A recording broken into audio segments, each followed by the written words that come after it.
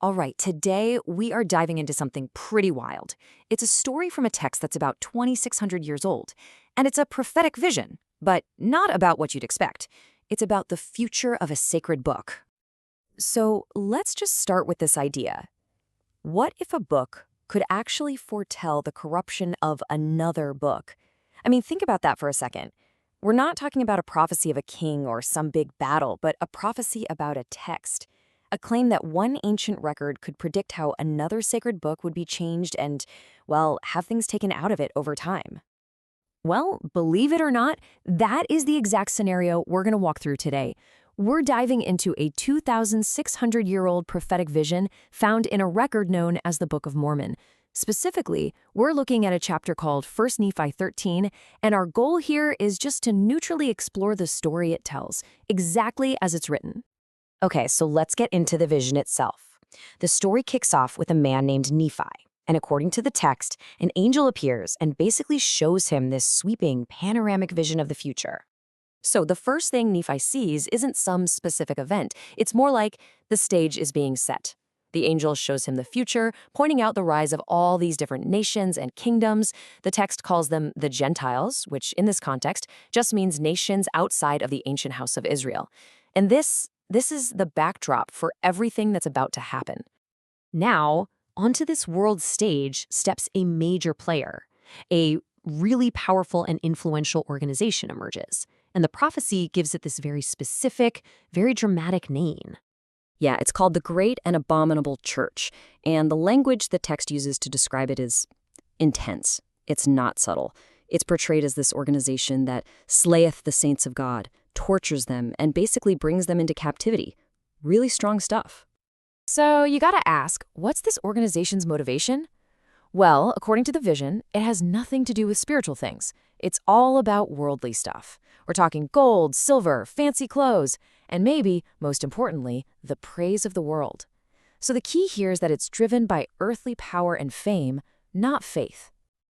And this focus on wealth and power, well, it leads directly to the main event, the central problem in this whole vision, the changing of a really, really important book. So here's what Nephi sees next. A book appears in the vision, and the angel explains where it comes from. It proceedeth out of the mouth of a Jew, and it's filled with the covenants of the Lord. The key detail is that in its original form, it's presented as this pure, powerful, and complete record. But then, things change, and this is the core of the problem. When the book first goes out into the world, the text says it has the holiness of the gospel of the Lord. It's whole. But after it goes through the hands of that great and abominable church we just talked about, the vision says that many plain and precious things are literally taken out of the book.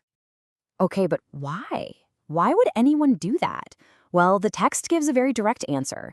It claims this wasn't some kind of accident or a translation error. The reason given is deliberate, that they might pervert the right ways of the Lord and to blind the eyes and harden the hearts of the children of men. So it's portrayed as a conscious effort to create confusion. So what's the fallout from all this? I mean, what happens to the world when, according to this vision, plain and precious truths are just removed from a sacred book? Well, the consequences are huge, and they affect everyone. The result is just widespread confusion. Because those pieces are missing, the text says that an exceedingly great many do stumble. It's this loss of clarity that, according to the story, leaves people spiritually vulnerable, and on a massive scale. But the vision is super clear about the reason they stumble.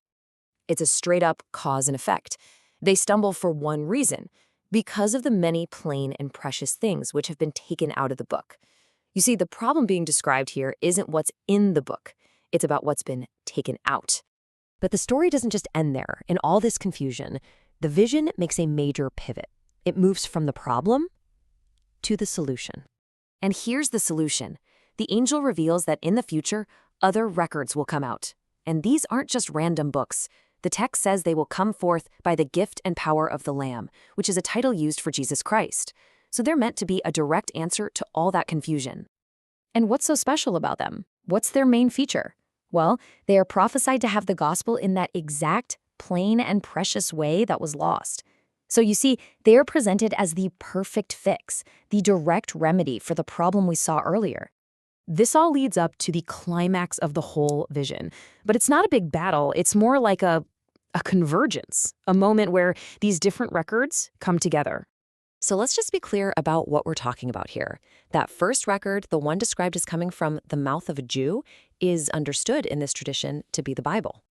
And those last records, the ones that are prophesied to show up and restore those lost truths, well, they're presented as the Book of Mormon itself, the very book that contains this vision. Now, the text is really specific about the job of these last records, and this is important. Their job isn't to replace the first book, it's to support it. The stated purpose is to establish the truth of the first, bring back the plain and precious things that were taken out, and testify that Jesus Christ is the Savior of the world. It's all about making things clear. And that's really the grand finale of the vision. It all comes together with this incredible idea of unity. It's not about two competing books, but about two records that shall be established in one, with both of them pointing back to the same source, one God and one shepherd over all the earth. So when you step back, you're left with this really intricate story from an ancient text. It's a pretty bold claim, right? That one book can literally restore another. And that kind of leaves us with a big question to chew on. What does the idea of a restored truth really imply about the nature of truth itself?